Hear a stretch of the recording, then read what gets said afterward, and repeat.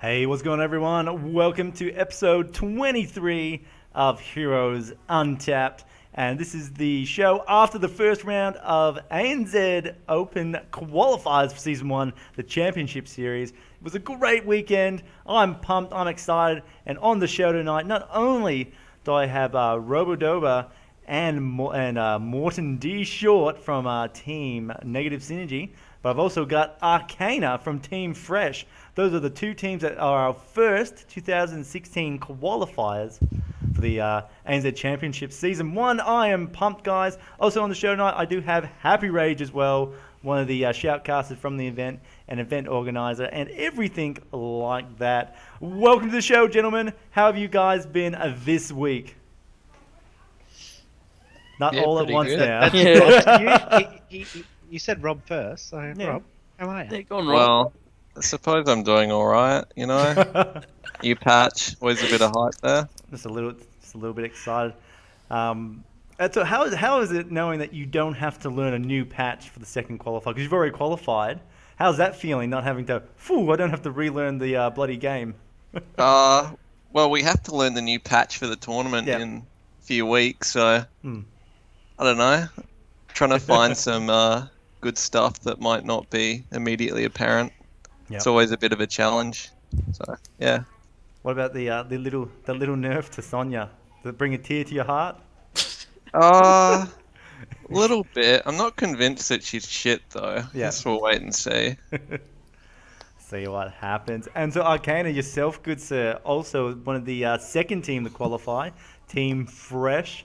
How does that feel? That must be you must be over the moon. Yeah, it's definitely a new feeling. Yeah, it's nice to just have the peace of mind that you can relax on the weekend and watch everyone else struggle. That's it. You can watch all the other teams and see who we're going to possibly come up against with, and start planning against them. Especially in the new patch as well. Again, slightly changed meta coming into the championships. So that'd be really cool. Happyrage, yourself, you had some car problems on the weekend, I heard. You witnessed. As we can see, evident by your Skype avatar. How does it feel to be back home, safe and sound? Nothing better than a 5-hour drive home. Yep. Just to sit in the shower and cry. For a couple hours. Rock back and forth, thumb in the mouth. Yeah. Nah, it's good. Good times. Morton as well on the show right at the end, a part of Negative Synergy, but not in the sense of a player, but more of a team manager role. I'd love to ask you a couple of questions later on how that feels, being it's a bit of a different feeling, isn't it? You're not naturally a player, but you're a manager. So are they sharing money with you? I don't get yelled at for being bad at the game as much now, which is nice, but I still get yelled at for being bad quite often outside of the game, so you know. Morton, you spelled my name wrong. Morton, the team name is shit. Just that kind of useless stuff, you know. Yeah, administration blame. Yeah. All right, well, let's go straight on to our first discussion topic of the night, which of course is the results from the Open qualifier happened on the weekend. We've already talked about Negative Synergy and Fresh being the first two teams to qualify, which I think Negative Synergy, we looked at the lineup, we kind of assumed you were going to get in because it's a pretty veteran team, pretty solid list. And not to discount them, Fresh also made up of veteran players, but it was just surprising to see Fresh get in through the line, especially because they were a bit of a last-minute team creation. Just Arcana, sort of how long had Fresh been together as a team before entering the tournament? I think like 2 days. 2 days. So I think we had about 5 hours of scrims. Yeah. Before the tournament. So 5 hours of scrims under your guys' belts, but you still got in. You did the job. You got through to the end, and you've qualified as the second team, second seed. And like you already said that you're over the moon. It's a pretty good feeling, but I just think that is, and I just think it's amazing, especially because last year it's you were playing on Team Apex, captain for Apex, and not that Apex was a bad team, but you guys just could never seem to get to the top dog spot, first or second position in tournaments. So, like I said, like again, how does that feel? How's that feeling? A different experience for you? But what's it like just with that sort of history? Does it mean a little bit more for you? Yeah, like we always used to choke for some reason. I don't know why, but like we always were considered like maybe top 3, top 2 in some cases. But like, yeah, we didn't even qualify for the last finals. So this is definitely a new feeling. Especially like not being captain anymore. It's actually better because I used to get pretty stressed for like tournaments and shit. But like on the weekend, I was pretty relaxed. It was nice. Yeah, well, I mean, you guys played well, and you got through. So everything you're doing, keep doing it. You're doing it well. It's just a very big surprise. Happyrage, what did you think about Fresh getting through? I wouldn't have called it. Definitely wouldn't have thought it. My money was on obviously Negative Synergy and either Kyanite or Dark Horse making it through. But good on them. Yeah, well, and it almost was Kyanite. I mean, Fresh came up against Kyanite in the the last game of the day, and I think a lot of people just, again, not right. It's so hard because Fresh is made up of rank 1 good players, so it's not to say that they weren't. It was unexpected, but it was a surprise that I guess the existence of the team, how long it's been around for, literally 2 days prior to the event. So, just a very, very cool. Like, congratulations again. But Robodoba, Negative Synergy in first place. So just again, tell us how is that feeling for you? It's a relief. We were kind of expecting to do well, just based off scrims, and I don't know, we're all quite arrogant. We all rate ourselves, so it's just nice to get through the first time though, and just like focus on the finals, I guess, from here. To have some fun watching other teams compete. Again, what was your sort of feel of the overall competitiveness of the tournament itself? Do you feel that there was a lot of good teams, like good high-quality teams entering with it? Or did you feel you had a pretty easy run to get to where you were in the event? A few teams gave us a bit of a harder shot than we thought. Kyanite we were quite surprised by. They were quite a bit better than we'd sort of estimated, so good job by them. Hack's team was also quite decent on the day. I think they did quite well, finished about 4th or something. Yep. So, I don't know, I thought it was quite a good event in terms of competitiveness, like quite an even sort of field. I think a lot of the games came down to 2-0 at the end of the day. And so just from a bean counter's perspective, you'd say, oh man, it was a one-sided tournament. But all the games I know we casted, I don't think there was one. There might have been one match in the entire day that was really, one team just outclassed the other. Every game was like really, really down to the wire. Any team could win. Just phenomenal to watch. Great event. What was your most challenging thing on the day, Robo? Like what was the team that gave you the biggest run for your money, or the most surprising, or just something that really pushed you to your limits on the day? If you've got something like, I'm just perfect, I don't get pushed to my limits. I don't know, the second game against Kyanite on Tomb, that was a pretty intense kind of match. Went pretty long. Quite lucky to win it in the end. Draft was a little bit strange, but yeah, it was a good match. The day itself was a bit of a challenge as well, just like for all teams that made it far. Yeah, like a lot of sets, a lot of waiting. It's, bit of an endurance test in the end as well. Yeah, I think there was a bit of concern from some teams, just the fatigue element, just waiting around 4 games to start. Like, how do you keep again, I think XL5 experienced a lot last year when they were competing, where they got through in the championship, got through to the end, and I think just general fatigue and the fact that a lot of the members from New Zealand had a bit of a tired factor as well. So it must be a bit of concerning stuff, but it's good to see you still got through. Arcana, what about yourself? What do you think was Fresh's biggest challenge of the day?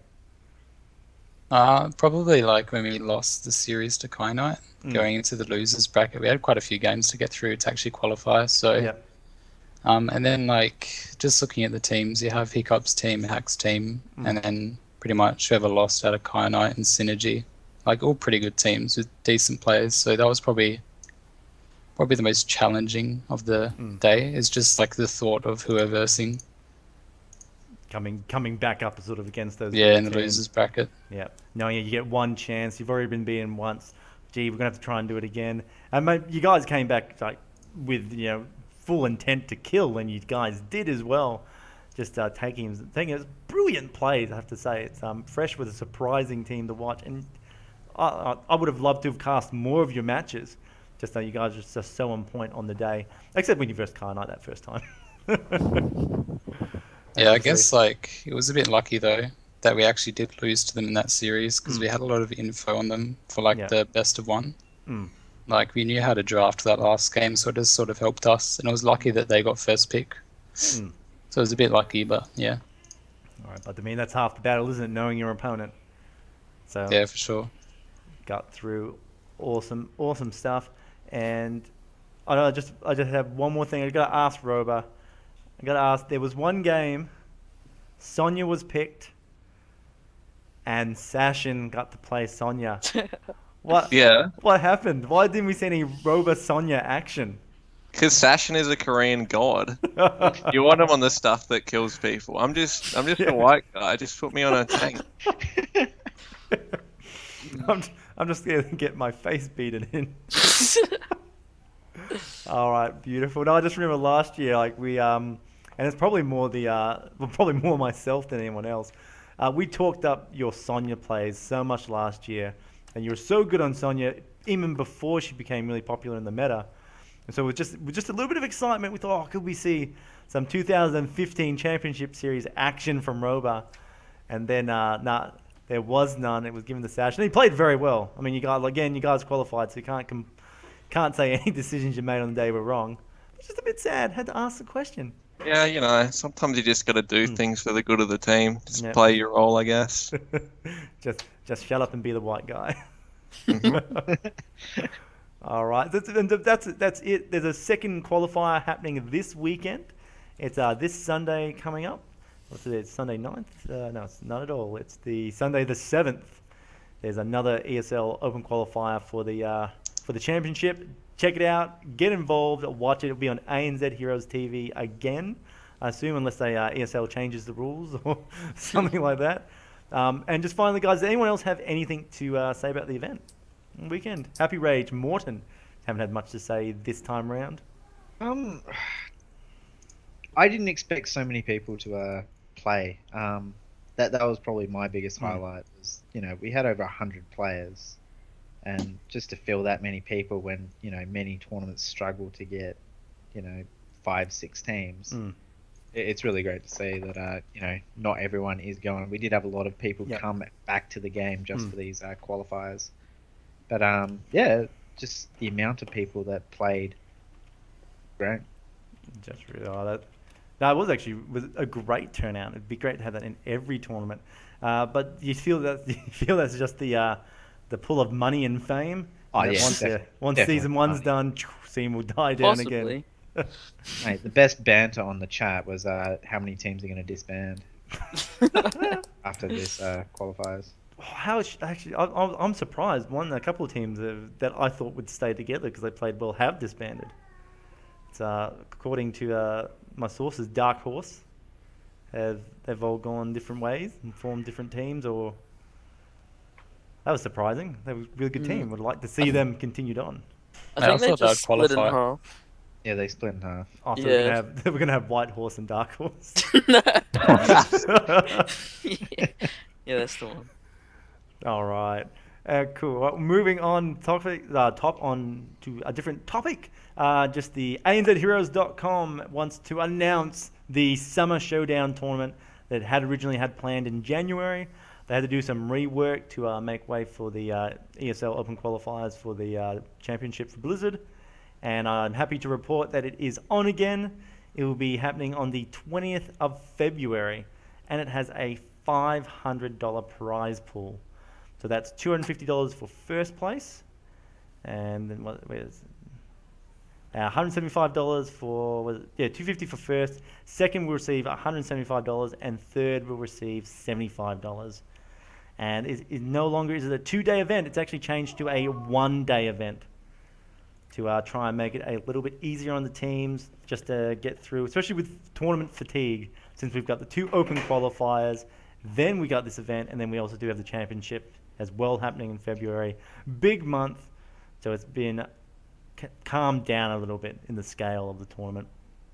If you want to sign up for that, head over to anzheroes.com and check out the post for the Summer Showdown series. It's on the top page. You'll be able to see it really easily. And sign up now, 20th of February. Get excited for that. A little bit of nice money. What do you think, Robert? Nice spending money for when you might be in Korea? Yeah, I think we'll join up.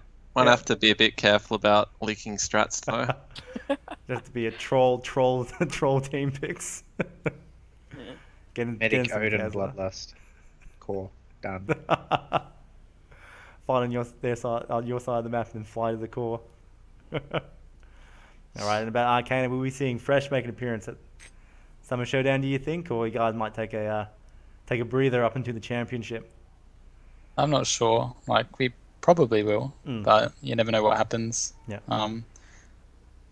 You know, like a long event like that, you really don't want to leak strats and stuff like that. And yeah, I mean, it could be good practice, like for a tournament scenario. So we might do.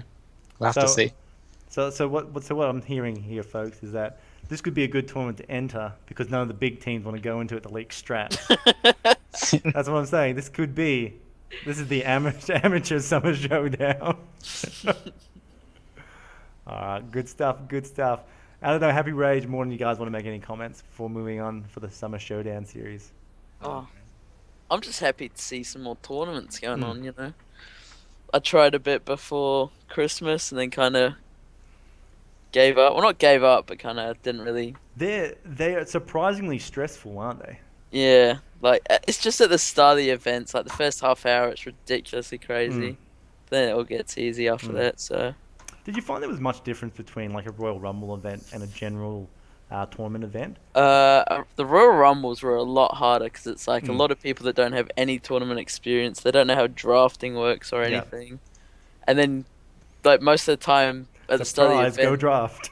yeah, and then teams aren't really teams, I guess. So it's like trying to get them to get together. Yeah, it's just... And then the team tournaments were a lot easier, but still quite stressful. Stressful initially when you're trying to sort everyone out. It's like, God's sakes, just start your fucking games. I mean, just start your bloody games.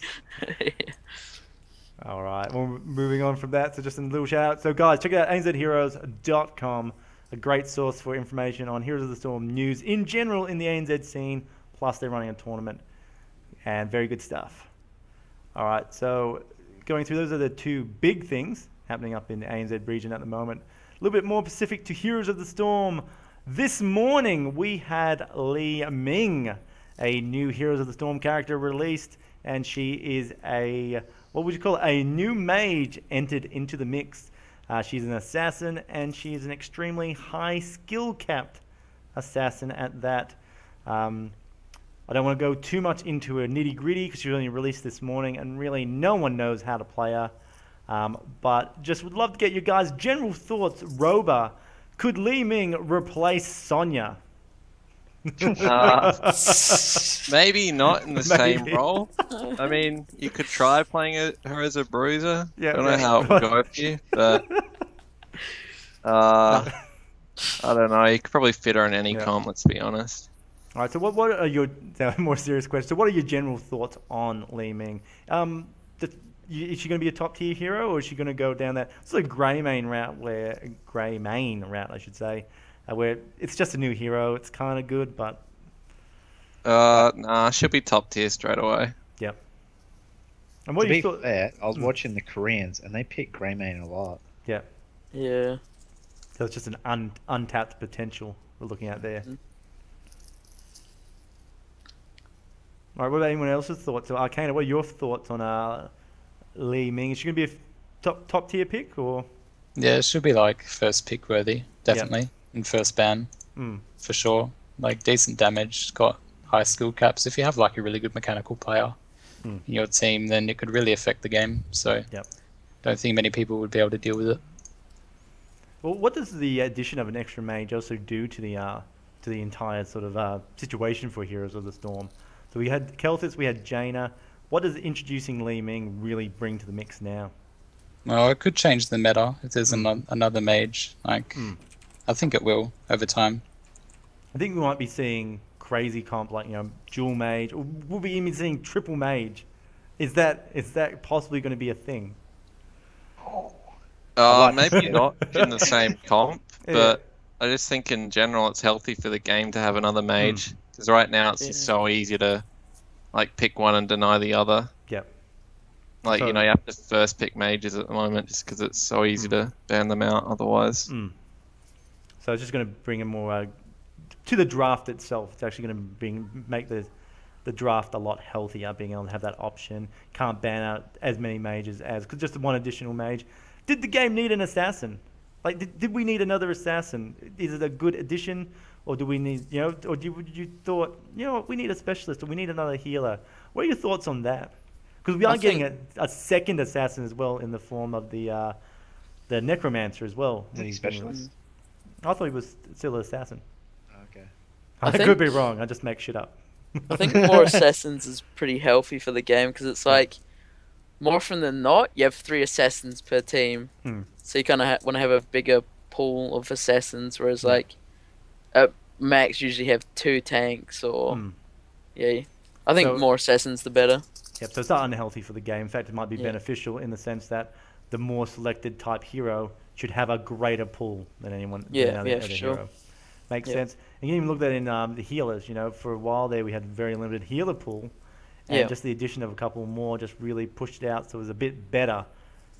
Considering one team picks. No, I agree on it. Pretty good. And so actually, it should announce that right now as well. So in this weekend's Open Qualifier number 2, you cannot play Li-Ming. Even though it wasn't in the rule set last week, it has been added to the ESL rule set this week.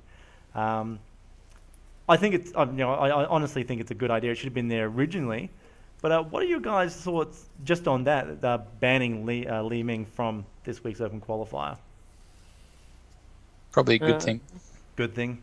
Just in case she's a bit too overpowered, a bit broken. I would hate for somebody not to ban her, and then they don't know how to play against it, and you have like a real wild card get into the championship. At the same time, it would be awesome, but I'd like it not to be as random as that. Yeah. All right, so that's good. All right, hang on. I'm just getting a report. People saying no one can really watch.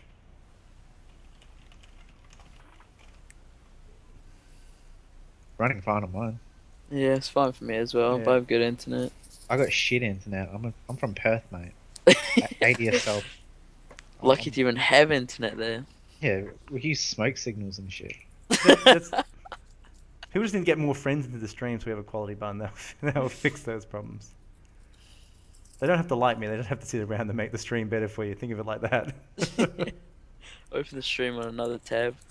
All right. For me to Skype Disconcur, my internet needs to go across to Sydney, then back to WA. That's how bad the internet is here. All right. Anyway, sorry, getting back on track. It's unfortunately Twitch. I don't know what to do about the streaming on Twitch. If I was more popular, it wouldn't be an issue, but that's not a possibility. Anyway, getting back onto it. So, and just final question on Li-Ming. Which one, Disintegration Ray or Wave of Force? What's your selection? That's her heroics. Probably the beam. Yeah. Disintegration. And Morton, Disintegration Ray or Wave of Force? I haven't seen anyone get the. Is it the AoE knockback? Yeah. Is that what it is? Yeah, I haven't seen anyone get it, so I guess the Disintegrate. All right. With all the games I've seen so far, I don't know what Wave of Force is. Too easy. So she's a DPS character. So do DPS on her. All right. So, and along with the release of Li-Ming, sorry about that. My children have snuck in and making sound everywhere. Along with the release of Li-Ming, we also have a couple of a big content drop as well. Lots of heroes changing, battlegrounds getting some a little bit of work done, and we even have a slight changes to some of the talents. So first off, let's talk about the battleground changes And most importantly, towers, forts, and keeps are all doing 50% more damage to heroes. Is it enough? Like it. Is it enough, but? I don't know if it's enough, but I like it. I played a quick match before, and some guy tried to backdoor it on the new towers map. I can't remember what it's called off the top of my head. Anyway, he went to like backdoor and he got killed by the towers. I was like, yes. Got wrecked. All right, so a big issue has been at the moment is the fact that towers, all structures aren't really scary. At level 1, you can essentially fight under a fortification tower, keep whatever, and back out. You get away pretty easily. But this change feels good. It says people are dying from it. Do you think it needed to be more, less? What are your other thoughts surrounding it? I think 50% is like a good start. Like, because if you increase it too much, I think it can impact the game a bit too much. Yeah. So like with 50%, it's a good tester, and then maybe if they want to bump it up again, they can put it up another 50%. But I think it should be fine with 50%. Yeah. Should be. I agree. Like if they had overdone it, I reckon people would be raging in the forums. Yeah, back to LoL, back to Dota. Yeah. Well, it gets too much damage, and it feels like it would be a tower from LoL, from League of Legends, where it at the earlier levels it is quite scary.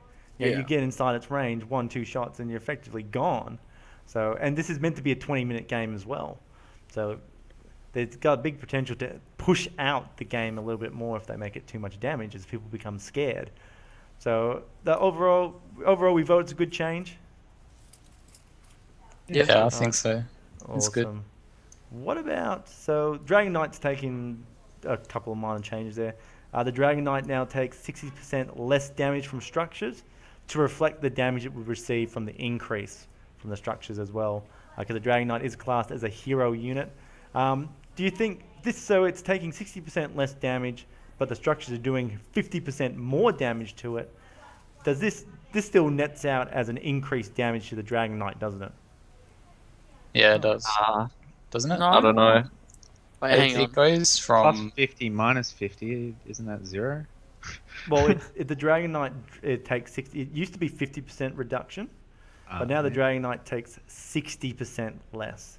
So it has ramped up a little bit. It does reduce it a bit more. I haven't sat down and done the numbers, but that's why I was asking the question. Do we know if it takes more or less damage now, or if it's relatively the same? I don't know. Maths is too hard. Yeah, I like it. Personally, I like the change because it means you got to be pushing with your minions more, and it also gives a lot more value to promote in terms of pushing down towers. Well, you got to wait for your minions rather than just running in and hitting towers. You don't necessarily want to be tanking forts as DK anyway, because it slows your attack speed and you don't get very much value. So it's potentially still doing a little bit more damage, but you shouldn't be in a position where you're taking the damage anyway. Ideally. So, Ideally you'd be pushing with a wave. unless you're Benjamin 94 and you're going to waste the DK as usual. You're trying to throw the enemy team off with some pro strats. Alright, so it's Dragon Knight. We also see the Arcane Punisher on Infernal Shrines has received a little nerf. It's probably in the right direction, but there's always been a case on Infernal Shrines that the Arcane Punisher is the best Punisher to capture and go into the enemy's base. It's Arcane Sentry, which is the little spinning laser beams. That's its official name. The Arcane Sentry now does less damage, 20% less damage. Do you feel that they change for the positive, or should there be one Infernal or one Punisher that's kind of feels, like, oh, this is the one we have to capture? You guys' thoughts on that? Or you don't really care? It's Arcane Punishers. You win by killing heroes. I played one game on Infernal today, and it felt a lot better. Like, the beams still do decently, but I don't know. I honestly wouldn't have minded if they buffed the other ones to bring it in line as well. Because like seeing people get wrecked by Punishers is pretty funny. Yeah, So I kind of miss when that map first came out, and it was like the Punishers were just overpowered, snowballed the game like from the first Punisher. Now it's kind of like You can just give up the first Punisher. Like, they're not going to get much. Just bait it over the wall and kill it. So, I don't know. I wish they buffed the other two, maybe. But yeah. So they increased the damage, so it gave it the same feeling. Because they have received that general scaling nerf anyway, where they're doing less damage or less effective damage. But do you think that might be a good position for the game where the first of anything isn't necessary to win the game? Like, okay, we can give up the first Punisher. Mind you, capturing it is still an advantage, you know. Isn't that like a bit healthy for the game? Because that would develop different strategies. Do you split push? Do you all go and capture that one? Do you let it go? Do you stay in lanes? Maybe you focus on killing the heroes, and then once it goes south for you, then leave them to take the Punisher, and then go soak lanes. I liked that it used to be all about the early game, and because there's not many maps that really force the early game to be a huge advantage. Like let's say Cursed Hollow. Like, you know, first tribute, who cares? Second tribute, who cares? It's the third one that matters if you didn't get the first two. And by that time, you're level 10. Yeah. So I like that it was a more early game focused map that don't have any problems with it. All right. And the last change happened to our little battlegrounds. There's some other bits and pieces in between, but I don't really care about those. You guys can bring them up if you know them. And the last thing is Towers of Doom. The southern sappers no longer care what lane you control as far as the bell towers are concerned. Southern sappers will always travel down the bottom lane. Will always go to the bottom lane now, regardless of if you control the enemy's one or not. How do you think that's going to change Towers of Doom now that you can kind of almost say ignore the middle lane and just focus on the bottom one and really bombard the enemy's structures with the southern sappers? Do you think that's much of a change to how people be playing that map? We'll go with Robo. What do you feel that sort of change, how that changes the dynamics of the map? I think it's just good for clarity in general, because it is a bit confusing, like for newer players maybe, when they see them roam mid, they don't know why. Yep. I'm not sure how much it affects the map overall though. I feel like if you've taken the enemy bot keep and you get those sappers now, like the enemy has to just be pretty bad to not clean them up. Like just to wait for them to like get to near their base, then like kill them with AoE. I don't know. I guess we'll see. Is that possibly going to force teams to respond to it? I think that's going to create this vicious cycle where you can take the bottom tower, possibly grab both sappers, and then the enemy has to respond to it while you go and literally do something else on the map. You're like, well, look, if you don't clean that up, or if the enemy stays spread, you send one or two heroes down to that bottom lane to really pressure the heroes so they can't clean those sappers up and then just into the wall. I'm quite not sure how that's going to affect the map, but I feel it might have some change on how teams play the map, because that's effectively the only way you can do extra damage to the enemy's core without grabbing the boss or grabbing the shrines or temples or altars when they appear. Yeah, I think there might be quite a lot of like clashes over those merc camps now. They kind of have a bit more impact instead of it kind of like just going mid lane doing a bit of damage to that. Yeah, that's what I mean, because you don't have to. All right, for those sappers to give us good value, we need to capture bottom and mid. But once you've captured bottom and then rotate to capture mid, the enemy comes along and cleans up the bottom lane again and recaptures it. So it was very hard to get those sappers to do anything unless you were already so dominating in the map. Like, so dominating, we don't need sappers. The enemy should just get a surrender button when you're at this point in the game. Yeah. Well, like, if you killed bot fort, like, you could just cap the sappers and then go mid and have, like, a massive momentum boost if you're, like, the one roaming around. Yeah. So it's going to affect that. You won't have as much momentum if you're, like, trying to take down structures and shit. Yeah. So it's going to be good if you're, like, behind. All right, so it's a bit of a welfare change for the enemy team to catch back up. All right, so that's all the battleground changes. Sorry. Moving on, there's been some slight talent change. We see focused attacks have dropped from a 75% increase down to a 60% increase. I don't play with any heroes that can take focused attack. Is that a big enough drop in percentage to really cause any difference for those heroes, or it's just going to be slight talent diversity changes? I think it will have a big impact. A pretty big impact? Especially, in the burst meta. 15% more damage was usually the difference between living and dying, so... Yeah. What heroes get focused attack? There's what? Reyna, or Sonya. Sonya. Oh, That's pretty much it, right? Rip. Zeratul, doesn't he? Nah, No, Zeratul has a different got one. removed. I just thought it was the same thing but renamed. Yeah, because I think it's like only those two heroes that really get it, right? So I mean, Yeah, they don't really have an alternative either, so it's kind of straight up nerf to them. Yep. Yeah. And they're still going to effectively take it on those talent tiers. Yep. So it's really, it's just a tiny nerf to the sides. But we know they might be doing that to reduce the burst meta as well, because they haven't liked the burst meta, and they've flipped down to this more. Are we going back to a sustained meta, heavy sustained, or do you think burst still has a place? Well, it doesn't nerf the mages, nerfing focused attack. Yeah. So All right, so maybe they'll still all be really good. So maybe just fine tunes the roles a little bit, the sort of bursts and sustain heroes. Yeah, definitely makes Reyna a lot more of a sustained damage dealer than that kind of like that initial burst that he had. Yep. All right. So that's it. That is the focused attack change. And moving on, and we've had a lot of heroes changes as well. Some big, some small. I think the ones to note are the Nova changes and the Rhaegar changes. Some of the biggest changes up. Nova is currently highly debated. Is have they nerfed Nova? Have they done a Brightwing to Nova, or have they done a Stitches to Nova? Original Stitches. What do you guys generally feel on all the changes to Nova?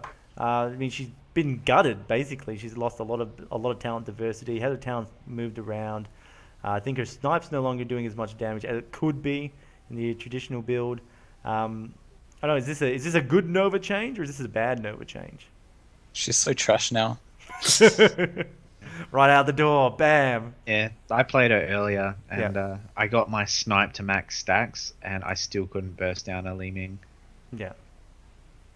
I tried out. I mean, I didn't really play Nova much, but I tried her out today and tried like her W, like a build focused around that. Yeah, And shot.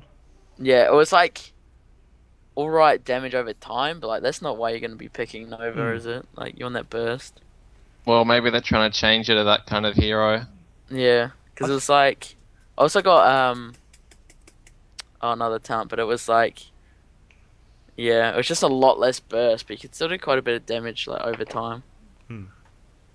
So it's I saw that they've increased like her pinning shot charges, and they've given the ability to sort of recloak as well. Level 20, take the Ghost Protocol.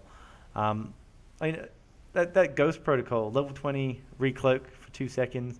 I don't know. Do you feel that's a talent at level 20 that Nova needed? Not really. Like it complements bad players, but it won't affect good players. Yeah. Well, that's especially you lose the triple tap reload, and then the double precision strike. I mean, those two things are really powerful in their own right. And then this little Ghost Protocol will recloak it too. It's like, that's because you've missed your snipe and you need to get the hell out of there. And enemies are still going to roughly know where you are. So, all right. So it's general sense that the Nova changes, they've just made a little bit trashy. Is this not a utility Nova now? Take the pinning strike, slow down enemies, lock them in place, and pick another hero. Pick another hero. Like if they want utility, they need to make that decoy damage baseline so that she can actually interrupt shit early game. Yeah. I was thinking about it earlier with the with a new talent tree on 4 or whatever it is, where you pick between the different clones. It's like a new Lunara. I was thinking to myself, like, oh, this could be really useful, and like I did actually manage to bait out a couple of ultimates with the extra length one, so it lasts longer. So people actually thought it was real once I got the 40% damage at level 16. Yeah. But I don't know what they're going for. Yeah. It foreshadows like the way they're trying to make heroes now. They want like a level 4 talent tier to be on one spell and you have to choose between like one of those talents for that one spell. I have to try and okay. At least for a utility spell, yeah. I mean, it's. I like that element in essence, but overall, she's just. Yeah. Sense it is she's not in a good position anymore. Potentially less played. So noob friendlier. She's a newbie friendlier character version of Nova now. Yeah, for sure. Even if I was a noob, I wouldn't pick her. All right, so another hero with just as many changes, if maybe not more, was actually Rhaegar. He's been slightly... Well, I'll just put it to you guys' opinion. Rhaegar's received some changes. Do we have a better Rhaegar, or do we have a worse Rhaegar? I liked old Rhaegar, but it's still good.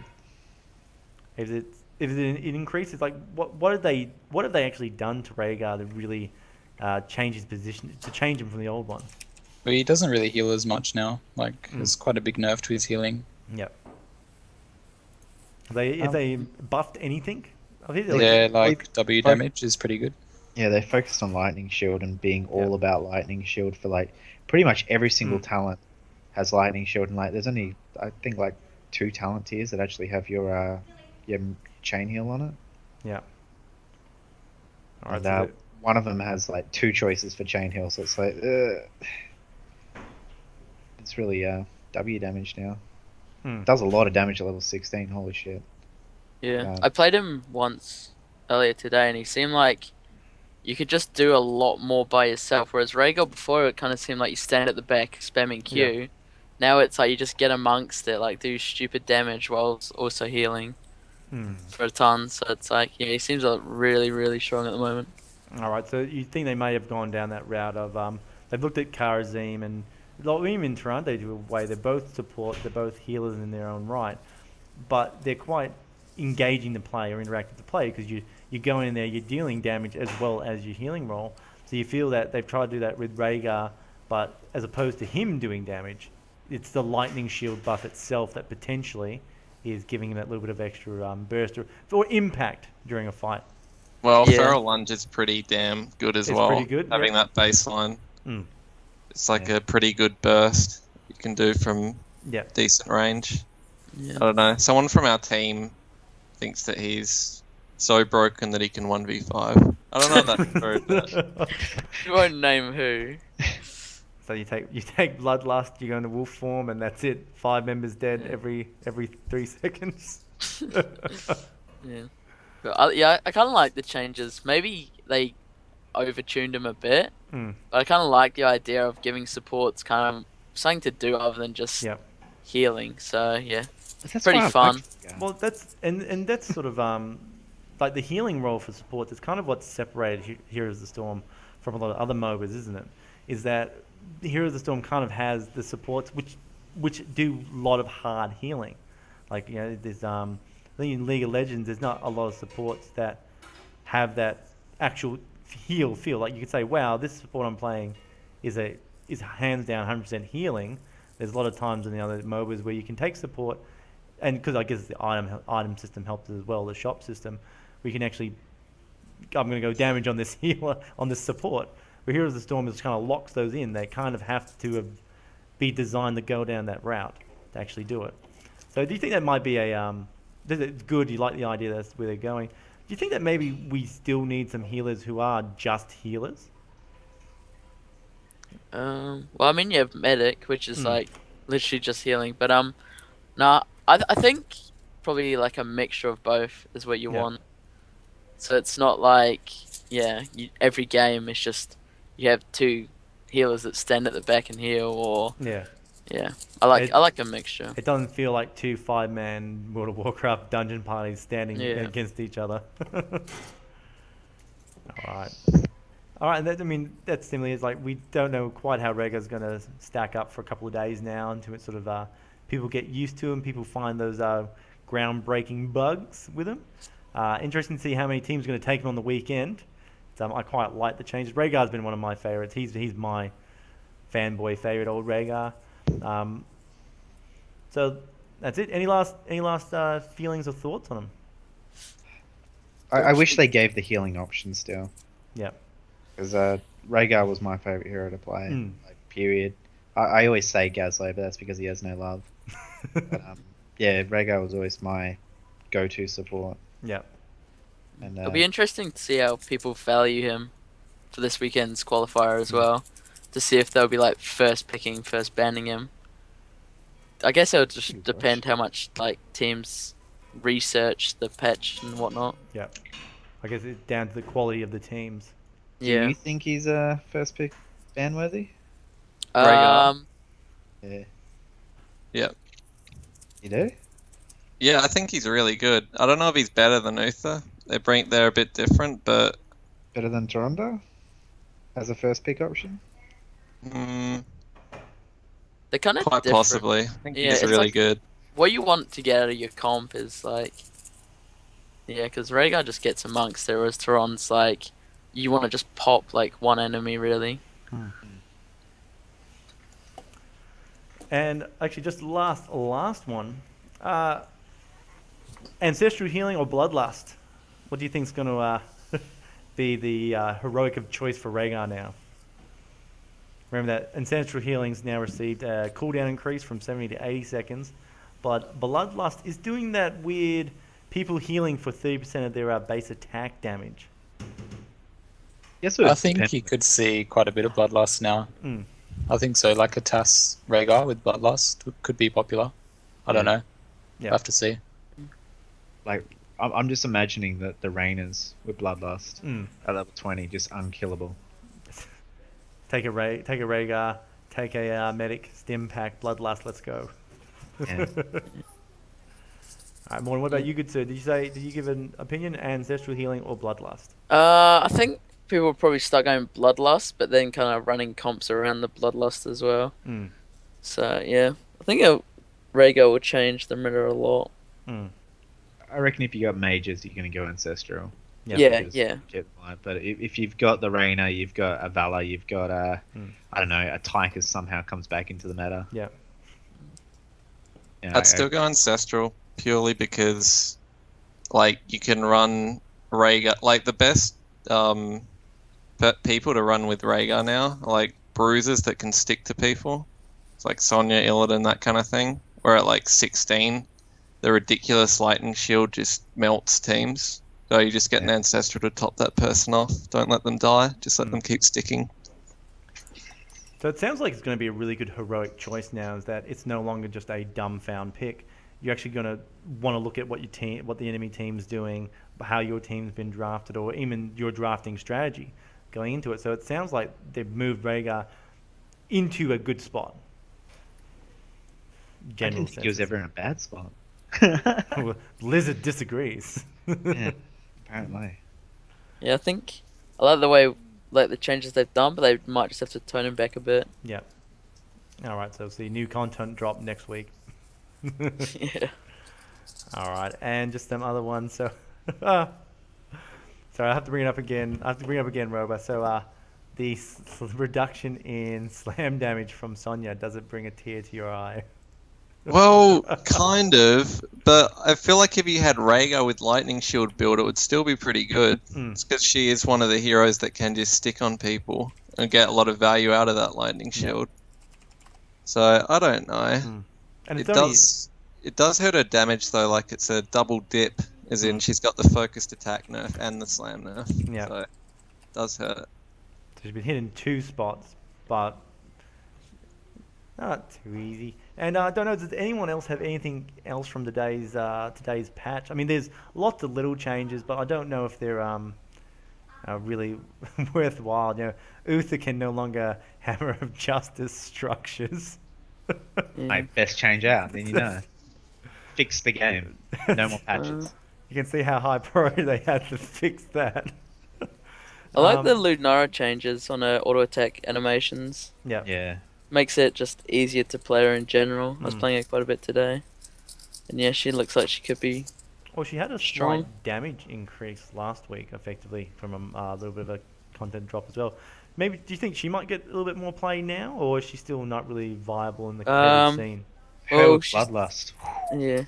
She's a lot I better than saw she that was a today. few weeks ago. I'll Yeah. say that much. I saw her today when she got like you know, every single attack's a crit, attack speed, bloodlust, and she just melted people. Surely she would die in 2 hits, but she pumped out the damage, and we just couldn't defend it. All right, so she might maybe a contender coming back in. Pretty awesome. Now, I don't think it's the case, but I want to bring it up. Illidan's received a little attack buff damage. I forgot about that one. His attack damage is a little bit more now. It's gone from 74 all the way up to 78 damage, and still increases 4% each level. Wow, is that bad balancing there, or is that actually that much better? I mean, it's increased, so it's better, right? But it was never a terrible pick. It just wasn't a good pick. I feel like if he's paired with Rega, he might be really good. Yeah. But it's a tough say because Illidan's gone through a rework already, where they've changed him to this, and now he just doesn't really fit the meta. And unless the meta shifts, I don't think they can really change too much for him because he's not a terrible hero. So there's nothing wrong with him, and this is just a little bit of fine tuning. It just seems like a very minute amount to fix, to improve upon. But anyway, so that is all the changes. Does anyone else have any other changes they would like to bring up before we? I want them to revert Illidan back to the old Illidan. He was in the alpha. He was completely different, and it was probably my most funnest character to play. So how was he back in alpha for those of us that didn't really play Illidan in the alpha? So basically, the way that he worked is that he had like a Stitches slam in front of him, but it like out a lot more. Yeah. He had one ability that would mark somebody with the mark of Azzinoth, and then that player pretty much take I think it was like 200% more damage. So he didn't do any damage unless he was targeting the person that had the mark on them. Yeah.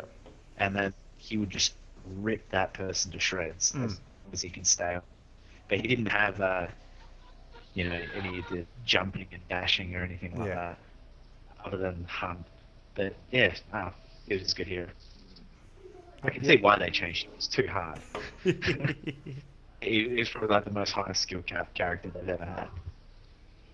All right. Oh, that's it for the patch notes, and just a couple of quick things I would love to bring up. There was a bit of a chat in one of the Facebook groups. A group of players are trying to start Wednesday night team league nights. So effectively, there's a New Zealand group of 5. They just like to play team league, and effectively they're just going to start queuing every Wednesday night into team league, and they're just trying to encourage other people to do it as well. I believe it's just for fun. They're not looking as a competitive aspect, but I guess they just want to get their team league rank up or down, depending on what happens. And yeah, I don't know. That's it. That is it for the show, guys. Thanks very much for coming on. But I guess before we tie the show up, does anyone else have anything they'd like to discuss in this lovely open forum? I'll just shout out to my Korean God session. He's our unnoticed power player for the team. Sometimes doesn't get the respect he deserves. Yeah, the respect he deserves. So yeah, shout out to my Korean Gold session. All right, that's it. So no one's going to talk about, we'll use that as your lovely end card there, Morton. Where can people find you if they want to talk more about negative synergy and other cool aspects of this Heroes of the Storm with you? Just hit me up on Twitter at MortonDShort or in-game on Morton #1373. All right, sweet. And Happyrage, good sir, thank you very much for making it on the show tonight. Hopefully you have no more car troubles. But if people also experience pain and need some roadside assistance, how can they get in contact with you or potential Perth car repairists? At X5_Happyrage and, all that good stuff. Or in-game, Happyrage, I believe it's 1890 as the hashtag thingy-boobity-boo. That's the number I'm going to give you anyway. All right, awesome. And Arcana, thank you very much for coming on the show tonight. It's been great having you. You've been a fantastic guest. If people are interested in finding out a little bit more Fresh, finding out a little bit more about the team structure itself, because you are not the captain of Fresh, you are just one of the players. Where can people get in contact with you or anything like that? Oh, I don't really have a Twitter, unfortunately. I'm not that famous. Yeah. But you can contact me on the battle tag 1292, pretty much. All right, too easy. That's Arcana 1292. Yeah. All right, and Robodobo, it's always great having you on the show. It's your picture, as always, is amazing. The otter praying for survival, or maybe praying for ANZ championships, because that qualified. You've already qualified. Praying to Sashin to carry me. Our Lord Sashin. Our strongest are these shoulders. Where can people talk to you more about negative synergy and your championship qualifier run? Just hit me up on Twitter at Roberdobber, or you'll probably find me lurking in ANZ chat in HOTS. So, yeah. Sweet, too easy. And everyone, I've been Disconcur as always. Thanks very much for watching. If you want to get in contact with me, it's at Disconcur. That's my Twitter, disconcur.com. Or if you want to talk to me in game, it's Disconcur #1440. Anyway, guys, thanks very much for watching the show tonight. Hope you've had a great time, because I know I have. And until next time, play safe, and we'll see you in the Nexus.